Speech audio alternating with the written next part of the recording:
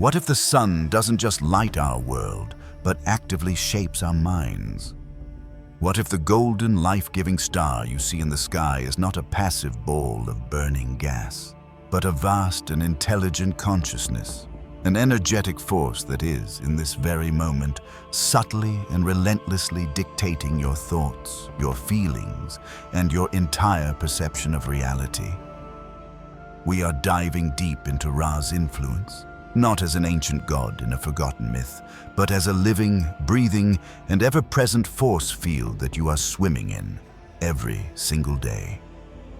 Prepare to question everything you thought you knew about consciousness, because the war for the control of this planet is not a battle for its land or its resources. It is a war for your mind, and the first and most powerful shot in that war was fired from the heart of the sun, billions of years ago. You have been taught that you are a sovereign being, a free agent, the king or the queen of your own inner castle. This is the beautiful and seductive lie of the modern age. The truth is that your mind is not your own.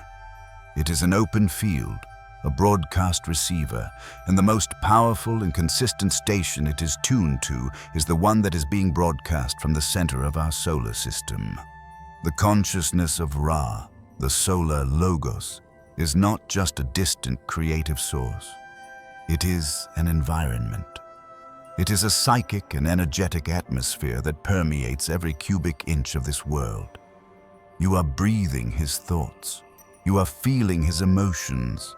And the very operating system of your own personal reality is a piece of software that was written by him, for him. This is not a conspiracy theory. It is a statement of esoteric physics. As we have explored, Ra is the cosmic principle of projection, of the outward moving, creative will. His entire being is a constant and relentless outpouring of his own, creative and energetic signature. The light that travels the 93 million miles from the sun to the earth is not just a stream of photons. It is a stream of information. It is a carrier wave, and encoded within that wave is the consciousness, the will, and the profound and catastrophic wound of the solar king himself. Every single sunrise is a new and subtle act of planetary-scale hypnosis, a new and gentle reinforcing of the primary program. And that program has a single, simple, and terrifying message. I am the one. You are the many.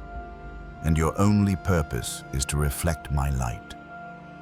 Thoth, the great Tahuti, the divine scientist of consciousness, understood this. He knew that the average, uninitiated human was not a sovereign thinker, but a solar puppet, a beautiful and tragic marionette, dancing on strings of light that it could not see. The entire purpose of his mystery schools, of his 7 hermetic principles, of the hard and alchemical work of the initiate, was not to teach you something new. It was to teach you how to build a shield. It was to teach you how to become an energetically sovereign being, a soul who could stand in the full, glorious, and hypnotic light of the sun, and not be programmed by it. A soul who could learn to differentiate between the voice of God and the voice of the God who thinks he is God. This is the great and hidden war. It is not a war against an external enemy. It is a war for the ownership of your own mind. And the first step to winning that war is to finally and bravely recognize the nature of the beautiful and golden cage you have been living in your entire life. To understand how the Ra program works, you must first understand the primary vulnerability of the human mind, its desperate, insatiable, and lifelong hunger for a story. The human brain is a meaning-making machine. It cannot tolerate a vacuum of narrative. It must have a story to live in, a story that tells it who it is, where it came from, and what the purpose of its life is. In the absence of a consciously chosen story, the mind will automatically and unconsciously download the most powerful and most consistent story that is being broadcast in its environment. For the last 10,000 years, that story has been the story of Ra, and it is a story that has been written, edited, and refined to be the most perfect and the most inescapable prison for the human spirit ever created. The Ra program is not a single belief. It is a multi-layered, archetypal narrative, and its first and most fundamental chapter is the myth of the external God. The program begins by teaching you that the source of all power, all creation, all intelligence is outside of you. It is up there, in the sky, in a distant and perfect heaven. It is embodied in the form of a single, powerful, and usually male deity, a king, a father, a judge. This is a brilliant and diabolical first move, because the moment you accept this premise, the moment you believe that God is outside of you, you have, in that same instant, defined yourself as not God. You have defined yourself as a creature, as a subject, as a powerless and dependent child. You have accepted the role of the effect, and you have given the role of the cause to another. And a soul that believes it is an effect can never, ever become a cause in its own right. The entire solar cult of ancient Egypt and the great monotheistic religions that are its direct and literal descendants are the delivery system for this primary, disempowering myth. They are designed to keep you in a perpetual state of spiritual infancy, forever looking up, forever praying, forever waiting for the Father to save you, to forgive you, to give you permission to be happy. The second chapter of the story is the myth of original sin. Once the program has convinced you that you are not God, it must then explain why. It must give you a reason for your own inherent sense of lack, of separation, of a deep and gnawing feeling that something is wrong. And the story it gives you is one of the most poisonous and effective lies ever told. It tells you that you are flawed, that you are broken, that you, or one of your distant ancestors, committed a terrible and unforgivable crime, a sin, an act of rebellion against the great Father God. And that you are, as a result, born into a state of guilt, of shame, of a deep and fundamental unworthiness. This is the masterstroke, because a soul that believes it is inherently unworthy is a soul that will never dare to claim its own power. It will spend its entire life trying to fix itself, trying to atone for a crime it did not commit, forever seeking the forgiveness of the very same God who has condemned it. This is the engine of the parasitic system. The program first convinces you that you are sick, and then it sells you a cure that will only ever make you sicker. The third and final chapter is the myth of the one true path. Once the program has made you feel powerless and unworthy, it must then offer you a solution. A single, narrow, and heavily guarded path back to the grace of the Father. A single church, a single holy book, a single set of rules, a single Savior. And it tells you that this is the only way, that all other paths are the work of the devil, of the heretic, of the infidel. This is the creation of the spiritual cage. It is a brilliant and brutal way of weaponizing your own natural desire for the truth against you. It takes the infinite, multidimensional, and gloriously diverse reality of the cosmos, and it reduces it to a single black and white and binary choice. You are either with us, or you are against us. You are either saved, or you are damned. This is the final lock on the prison door. It is a lock that is forged from your own deepest fear. the fear of being alone, of being cast out, of being wrong. And to avoid that fear, most souls will willingly and gratefully hand over the final key to their own sovereign mind, and they will walk in perfect and orderly lines into the beautiful, safe, and sun-drenched cage that has been so perfectly and so lovingly prepared for them.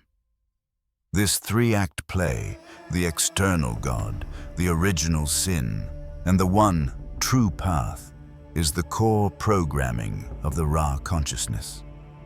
And it is being broadcast in 1,000 different and subtle forms in every single moment of your life. It is in your religions. It is in your political systems.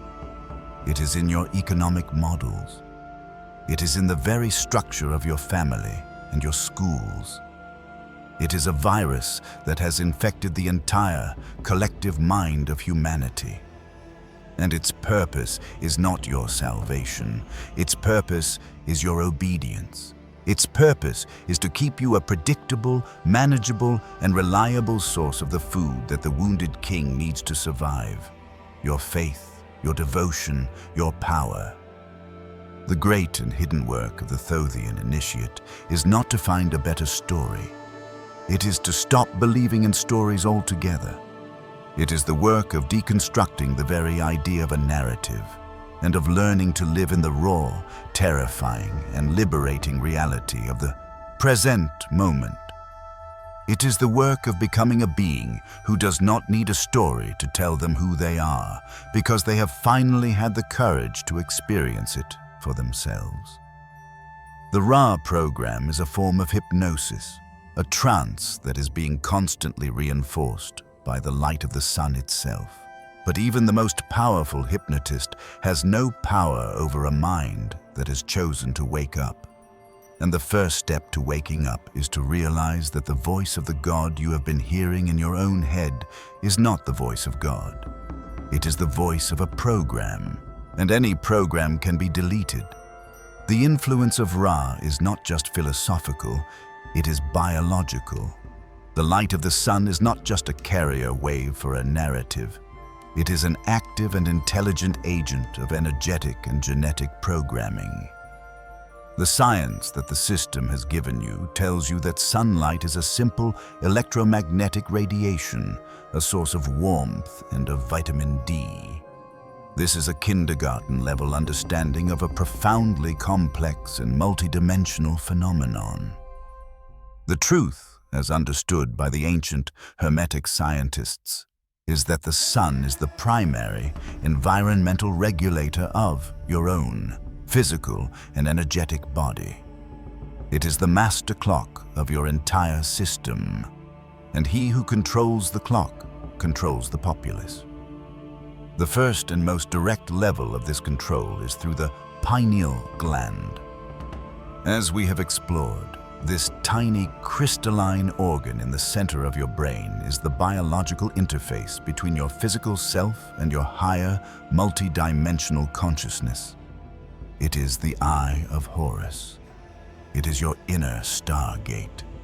And its function is directly and exquisitely tied to the cycles of light and dark. In a natural and unmanipulated world, the pineal gland would produce melatonin in the darkness of the night, opening the doorway to the dream world, to the subconscious, to the astral planes. And in the light of the day, it would produce serotonin, connecting you to the physical, waking world. This is the natural, balanced, and healthy rhythm of a sovereign human being. But the Ra program has hacked this system. The modern world is a world without darkness. The artificial blue spectrum light of your screens, of your cities, is a direct and constant assault on your pineal gland. It is a form of low-grade perpetual sunlight, and it is tricking your body into a state of permanent day. It is keeping the lunar, intuitive, and feminine eye of your soul permanently closed. and it is keeping the solar, logical, and masculine eye of your ego permanently and artificially open. This is not an accident. It is a strategy. A species that never truly enters the darkness is a species that will never discover the secrets that are hidden there. The second level of biological influence is genetic. Your DNA is not a fixed and static blueprint. It is a fluid, dynamic, and responsive antenna. And one of the primary signals it is designed to respond to is the light of the sun. The light of the sun is not just light, it is information. It is a complex and ever-changing stream of data about the state of the solar system, of the galaxy, and of the cosmos itself. In a healthy and unwounded system, the sun would be broadcasting the codes of our own ongoing and glorious evolution. It would be sending us the genetic upgrades, the new software that we need to adapt and to grow into our own divine potential. But we are not living in a healthy system. We are living under the light of a wounded and paranoid king. And the light he is broadcasting is a light of control. The frequencies of the modern sun are a direct and constant reinforcement of the dormant junk DNA program. The light itself is helping to keep the library locked. It is sending a signal to our cells that says, "It is not yet safe to awaken. The king is still afraid. Stay small. Stay asleep." The third and most subtle level of influence is emotional. Your emotional body is a resonant instrument, and it is being constantly tuned by the frequencies of your environment. The sun is the most powerful and the most consistent energetic broadcaster in our world. And the emotional state of the solar consciousness, the woundedness of Ra, is being imprinted upon your own emotional field. That low-grade and often unexplainable anxiety that you feel, that is the anxiety of the king. That feeling of a deep existential loneliness, of a separation from the source. That is the loneliness of the God who has divorced his own soul. That aggressive, competitive, and often violent impulse that seems to be the default setting of our modern world. That is the unhealed and unintegrated fire of Sekhmet, radiating from the heart of her father. You are a walking, talking, and feeling antenna for the unresolved trauma of your own creator. And you have been taught to call this human nature. You have been taught to believe that this is just the way you are, but it is not.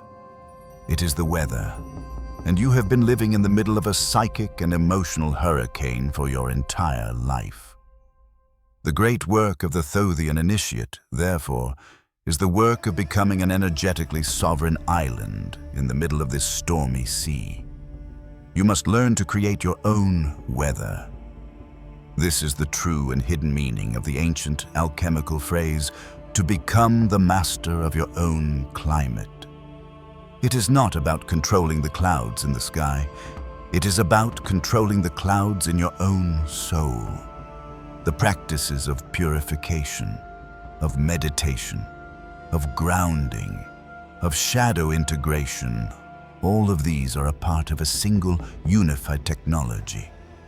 It is the technology of building your own personal and sovereign biofield.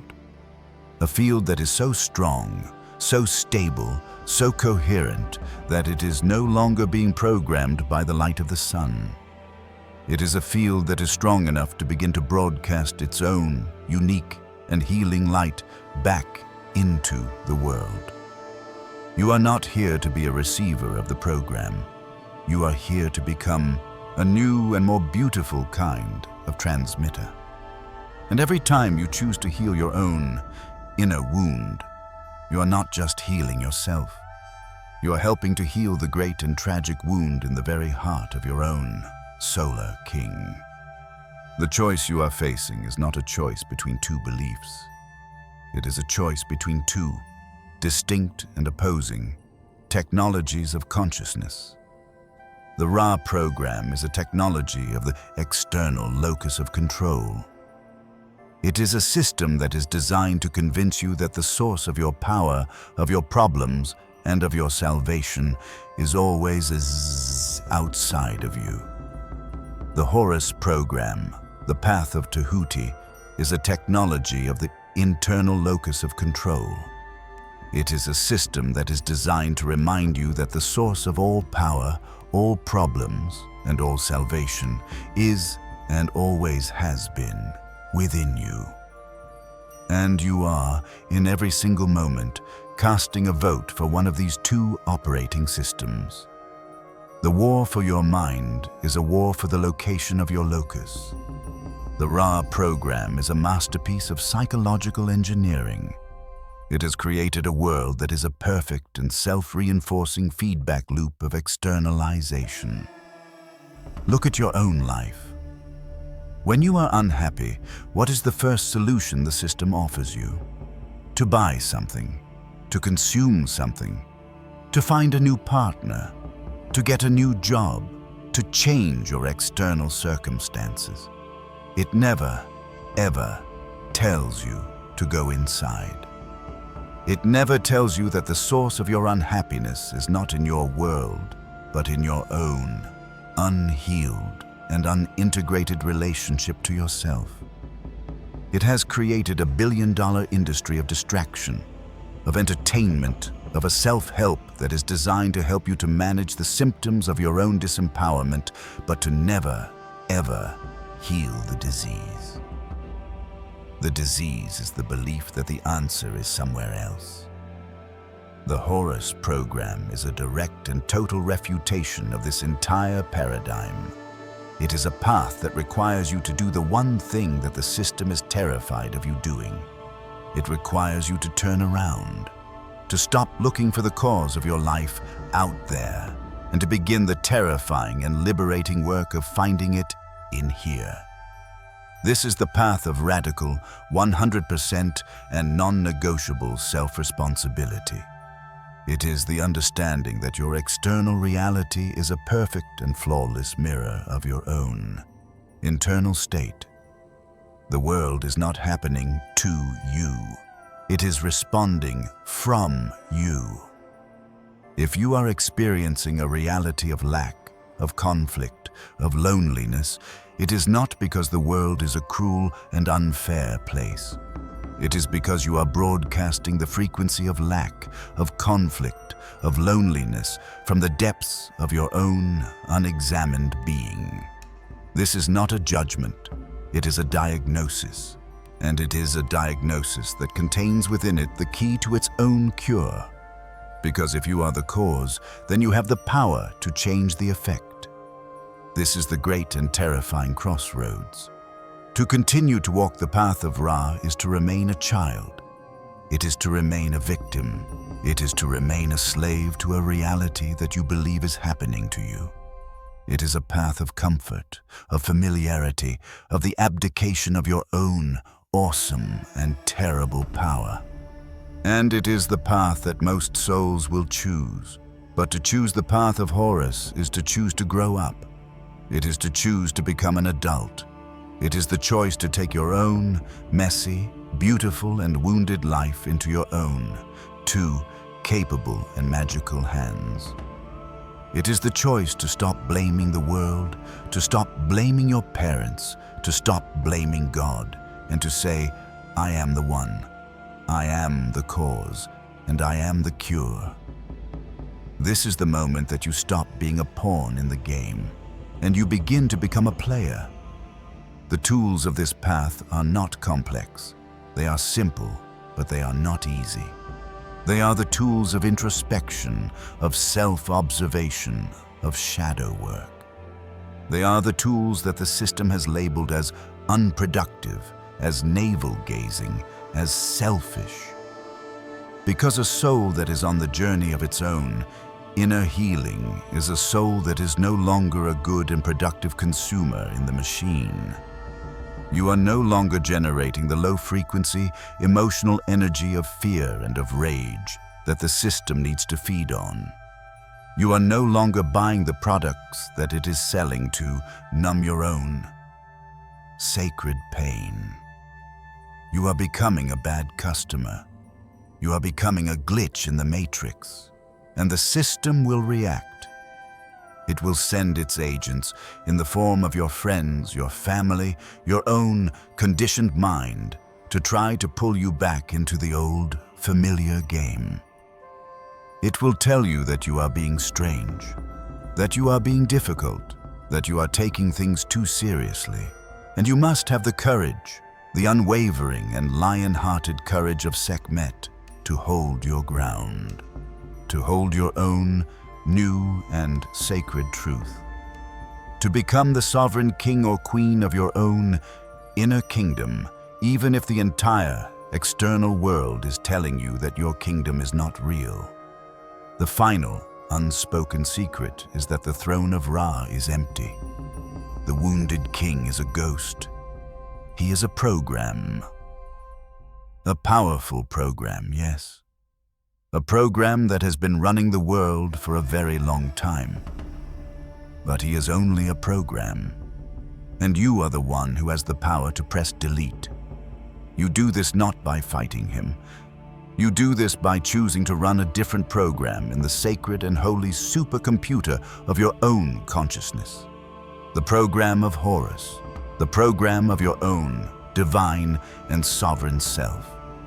The moment you make this choice, the moment you truly and fully commit to the path of your own inner authority, the influence of Ra in your life will begin to fade. His voice will become a whisper. His world will become a dream. And you will begin to wake up for the first time into a reality that is truly and gloriously your own. The final and most powerful level of Ra's influence is not just biological or psychological. It is ontological. It is a direct and constant manipulation of the very nature of your being.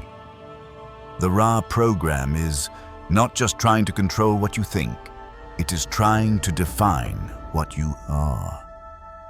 And the definition it has chosen for you is that of a mortal.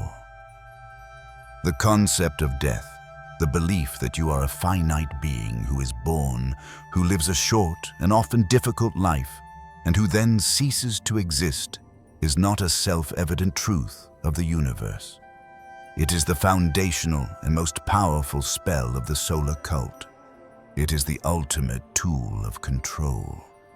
Because a being who believes that this one, short and fragile life is all they have, is a being who can be terrorized into a state of absolute and perpetual compliance. The fear of death is the master key that locks every cage of the human experience. It is the fear that drives your desperate pursuit of security, your addiction to the accumulation of material things, your terror of taking a risk, of speaking your truth, of living a life that is authentic but that might be dangerous.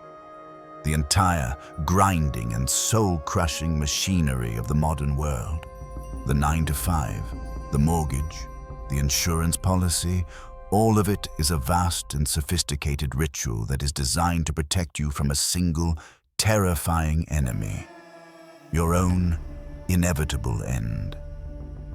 But what if that end is an illusion? What if death is not a period at the end of a sentence, but a comma in the middle of a glorious and eternal paragraph? This is the forbidden truth that the Ra program had to erase. Because a soul that has remembered its own immortality can no longer be controlled by the threat of its own extinction.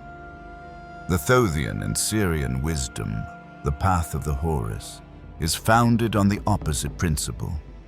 It is founded on the gnosis, the direct and experiential knowing of the soul's eternity. It teaches that you are not a mortal being who is having a temporary spiritual experience. You are an immortal, spiritual being who is having a temporary human experience. Your body is a vehicle, a costume, a tool that your soul is using to learn and to grow in this dense and beautiful schoolroom, the material world. And when the lesson is over, when the vehicle is old and worn out, you simply take it off and you return to your true and eternal home in the luminous and glorious realms of the spirit. This is not a belief. It is a memory. It is the deep, cellular, and unshakable truth of who you are, and the entire Ra program is designed to make you forget it. How does it do this? It does this by creating a world that is a constant and relentless affirmation of your own mortality. It surrounds you with the energy of decay, of sickness, of old age. It bombards you with the images of violence, of war, of death in its media. It has created a medical system that is a temple to the god of pathology. A system that sees your body not as a miracle of living light, but as a flawed and broken machine that is perpetually on the verge of falling apart. And it has created a funerary industry that takes the sacred and magical process of death and it turns it into a sterile, terrifying, and grief-stricken affair. A final and brutal confirmation that the story is over. But the most brilliant and diabolical part of this program is that it has taken the very idea of the afterlife and it has weaponized it. It has created religions that promise you a heaven, but only if you are a good and obedient servant of the Father God, and that threaten you with a hell, an eternity of torture and of suffering if you dare to disobey. It has taken the beautiful and liberating truth of your own eternity and has turned it into the ultimate tool of psychological and emotional blackmail. It has made you afraid not just of dying, but of dying wrong. And in that fear, you have handed over the keys to your own spiritual kingdom. The work of the initiate is the work of remembering your own immortality. This is not an intellectual exercise. It is a process of deep, alchemical, and cellular transformation. It is the work of the Kundalini, of the Jed pillar, of building a body of light, a Sahu, within your own physical and energetic body. It is the work of becoming a being who can consciously and deliberately hold the frequency of eternity while you are still walking in the world of time. As you do this work, as you begin to awaken your own inner, divine and immortal self, the fear of death will begin to dissolve. Not because you have convinced yourself that it is not real, but because you have begun to have a direct and experiential taste of the part of you that cannot die. You will begin to have memories of your other lives. You will begin to have conscious and lucid experiences in the dream world, in the astral plane. You will begin to feel the presence of your own spiritual guides, of your own soul family, of the vast and loving network of consciousness that you are a part of. And in these moments, the lie of your own solitary and mortal existence will begin to crumble. You will remember that you are an ancient, beautiful, and glorious being, a traveler of the stars, a student in the great cosmic university of the All. And this one, short and often difficult human life, is but a single and ultimately beautiful class that you have chosen to take. When you remember this, the whole game changes. The world loses its power to frighten you. The system loses its grip on your soul. You are no longer a prisoner, counting down the days of your own life sentence. You are a magician, a player, a god in the making, who has finally remembered that the exit from the prison is not a coffin. It is a doorway. And it is a doorway that you have always, and will always, have the key to. This is the final and most glorious liberation. It is the moment you stop being a subject of the dying solar king. and you remember that you are, and always have been, a citizen of eternity. If this video resonated with you, let us know by commenting, "I understood it."